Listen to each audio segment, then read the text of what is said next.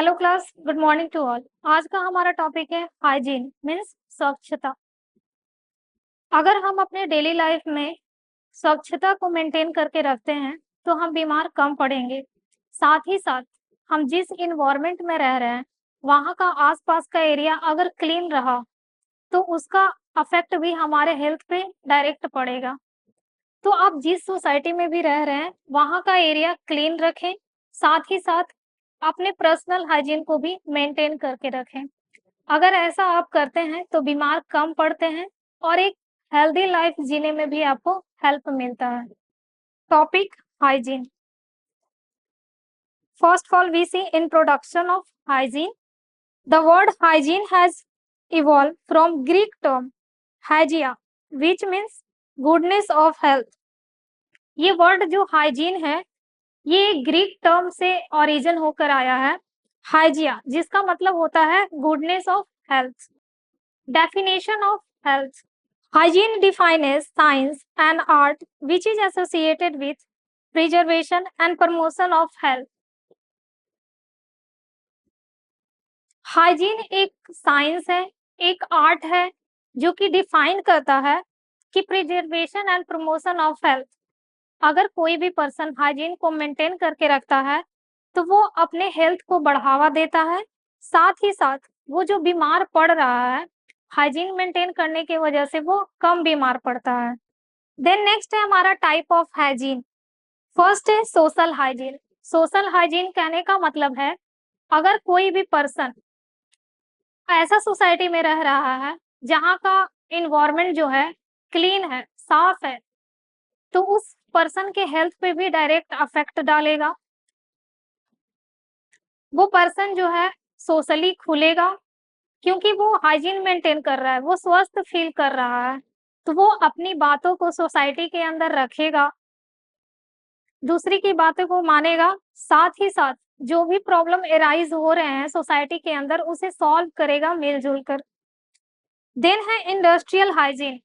बहुत सारे ऐसे इंडस्ट्री हैं जहाँ पे हाइजीन को मेंटेन नहीं किया जाता है, जिसकी वजह से वहाँ पे जो काम कर रहे हैं वो पर्सन बीमार पड़ते हैं। साथ ही साथ एग्जाम्पल ऐसे इंडस्ट्री जहाँ फूड पैकेजिंग का काम हो रहा है, तो अगर ऐसे इंडस्ट्री में वो क्लीनेस का ध्यान नहीं रखा जा रहा है, साफ सफाई का ध्यान नहीं रखा जा रहा है, तो वो जो पर्सन है पैकेजिंग का काम कर रहा है या फूड मटेरियल एक जगह से दूसरे जगह तक पहुंचा रहा है, वो फूड पॉइजनिंग का कारण बनेगा। साथ ही साथ वो बीमार पड़ेंगे वो पर्सन जो उस पैकेजिंग मटेरियल को खाएंगे। तो यहाँ पे भी हाइजीन को मेंटेन करना बहुत इंपॉर्टेंट हो जाता है। देन है स्कूल हाइजीन। स्कूल में बच्चे पढ़ने के लिए जाते हैं, पढ़ने के साथ साथ वो छोटी छोटी आदतें भी सीखते रहते हैं, जैसे हाथ धोना, नेल्स छोटे छोटे रखना, हेयर केयर करना, और भी ऐसे बहुत सारे छोटे छोटे आदतें हैं जो स्कूल में बच्चे लोग को सिखाया जाता है हाइजीन मेंटेन करने के लिए। उनकी मम्मी उनको हैंकी दे देती हैं साथ में, ताकि वो नाक वगैरह अगर बहे तो उससे वो क्लीन कर सकते हैं। तो मदर्स को साथ ही साथ ध्यान रखना चाहिए कि अगर मेरा बच्चा स्कूल जा रहा है तो हम किस तरह का हाइजीन मेंटेन करके रखें। उन्हें हैंकी प्रोवाइड करवाना चाहिए, लंच बॉक्स देना चाहिए, वाटर बॉटल दीजिए, सेपरेट दीजिए, ताकि और उसे वो ताकि दूसरे के साथ शेयर ना करे। अगर वो शेयर नहीं करेगा तो दूसरे बच्चे को अगर किसी भी तरह का प्रॉब्लम है तो वो उससे प्रभावित नहीं होगा और बीमार कम पड़ेगा। तो स्कूल में तो टीचर हमें एजुकेट कर ही रहे हैं, बच्चे को बता ही रहे हैं हाइजीन के बारे में। साथ ही साथ यहाँ पेरेंट्स का भी जिम्मेदारी बन जाता है कि अपने बच्चे को हाइजीन मेंटेन करके रखें और उन्हें छोटी-छोटी आदतें सिखाते रहें घर में। देन है प्रिवेंटिव मेडिसिन। देन है पर्सनल हाइजीन। अगर कोई भी पर्सन पर्सनल हाइजीन मेंटेन करके रखता है, जैसे वो अपना नेल्स काटता है, नाक को साफ रखता है, ये धोते रहता है टाइम टू टाइम, तो वो बीमार कम पड़ता है। तो ये छोटी-छोटी आदतें हैं जिसको हम मेंटेन करके अपने लाइफ को सुधार सकते हैं और प्रमोट कर सकते हैं। ये कोई हार्ड टॉपिक नहीं है हमारा, बस एक छोटा-सा टॉपिक है और मेरा मतलब ये है इस टॉपिक को पढ़ाने का कि इसको अपने लाइफ में फॉलो करना चाहिए। ताकि हम बीमार कम पड़ेंगे, साथ ही साथ हमें हॉस्पिटल जाने की भी ज़रूरत कम पड़ेगी। देन है हमारा डेफिनेशन, हाइजीन का डेफिनेशन क्या हो जाएगा यहाँ पे वो देखेंगे। Personal hygiene defined as that the healthy practices and lifestyle help in the maintenance and promotion of individual health physically, emotionally, socially and spiritually. Personal hygiene यहाँ पे डिफाइन करता है हमारे हेल्दी प्रैक्टिसेस को लेकर। अगर कोई भी पर्सन अपना पर्सनल हाइजीन मेंटेन करके रखता है तो उसका जो लाइफ स्टाइल है उस लाइफ स्टाइल में मेंटेनेंस करने में हेल्प करता है और उसके हेल्थ को प्रमोट करता है, प्रिवेंटिव करता है और उसके फिजिकल, इमोशनल और सोशली एंड स्पिरिचुअली रूप से वो स्वस्थ रहता है। अगर कोई भी पर्सन अपना हाइजीन मेंटेन करता है तो सर से लेके पांव तक तो साफ करेगा ही, साथ ही साथ वो जो हाइजीन मेंटेन कर रहा है उसका प्रभाव सीधे उसके इमोशन पे पड़ेगा। अगर वो क्लीननेस है, फॉर एग्जाम्पल अगर कोई भी पर्सन अच्छे कपड़ा पहन के वो ऑफिस जाता है तो स्कूल जाता है, स्कूल या ऑफिस जाता है तो उसका जो कॉन्फिडेंस लेवल रहता है वो इंक्रीजमेंट देखने को मिलता है। ऐसा लगता है कि हाँ ये कुछ भी बता सकता है या फिर मोटिवेट कर सकता है। देन है सोशली, सोशली रूप से वो सामाजिक में खुलता है, वो अपनी बातें को सबके सामने रख पाता है। देन है स्पिरिचुअली, अगर कोई भी पर्सन भगवान को मानता है तो वो ऐसा सोचता है कि हम बिना नहाए या बिना पैर हाथ धोए भगवान को मतलब गीता को नहीं पढ़ सकते हैं या पूजा पाठ नहीं कर सकते हैं। तो ये कहीं ना कहीं इस वर्ड को भी जोड़ रहा है, हाइजीन पर्सन को बता रहा है कि किस तरह से अगर आप हाइजीन मेंटेन करके रखते हैं तो साथ ही साथ गॉड से हैं वो जुड़े हुए रहते हैं।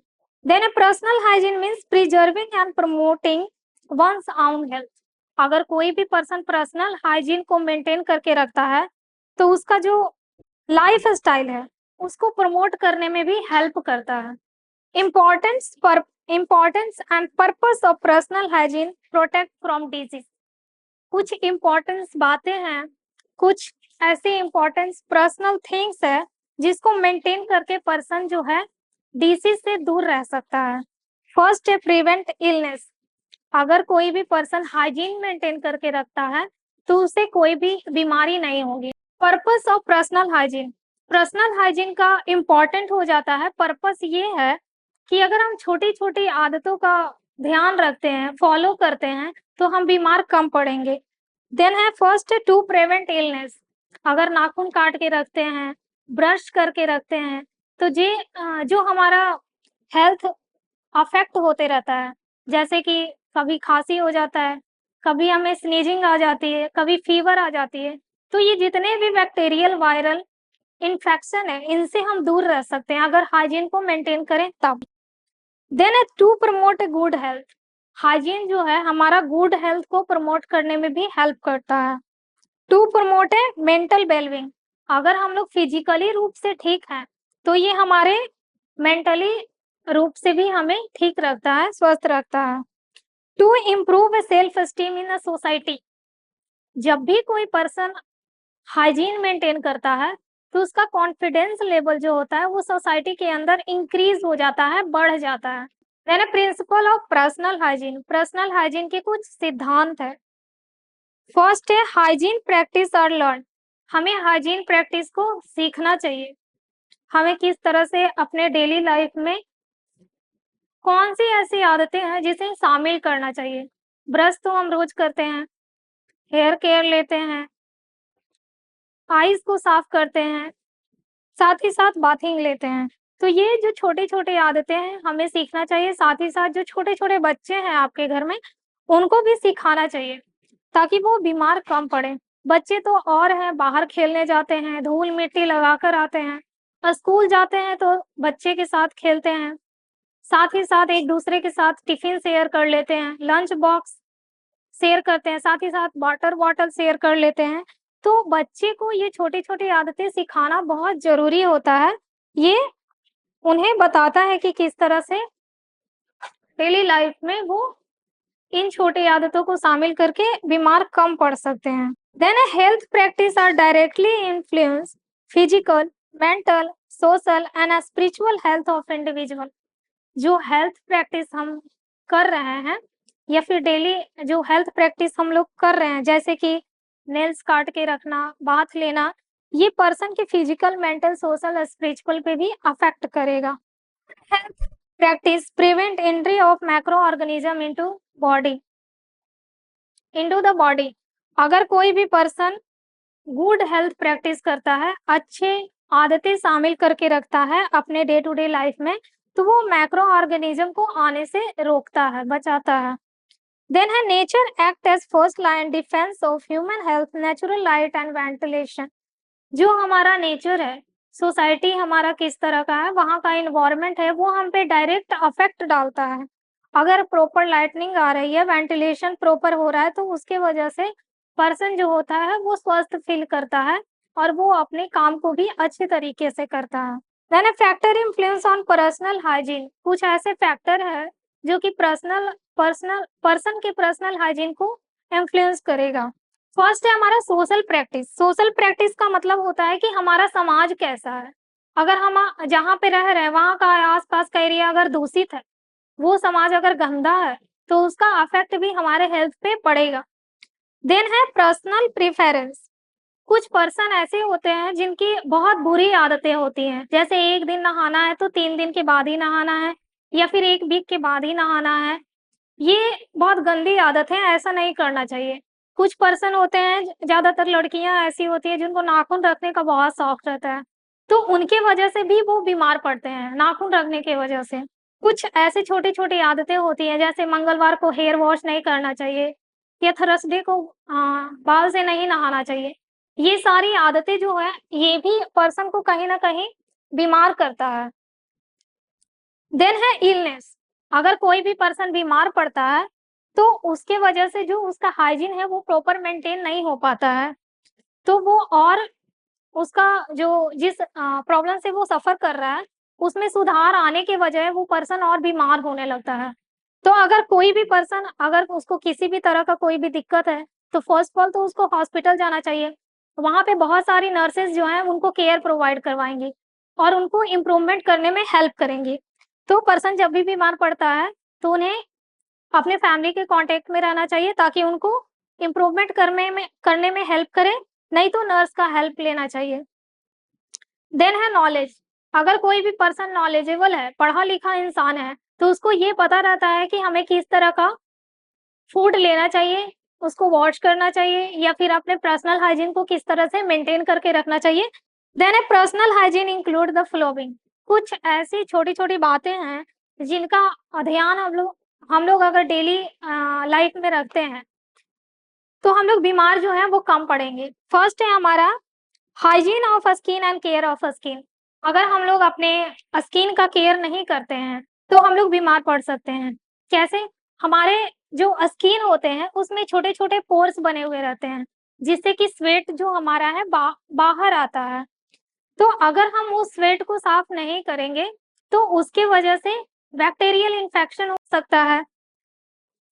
तो हमें डेली बाथ लेना चाहिए और अपने स्किन को क्लीन करते रहना चाहिए।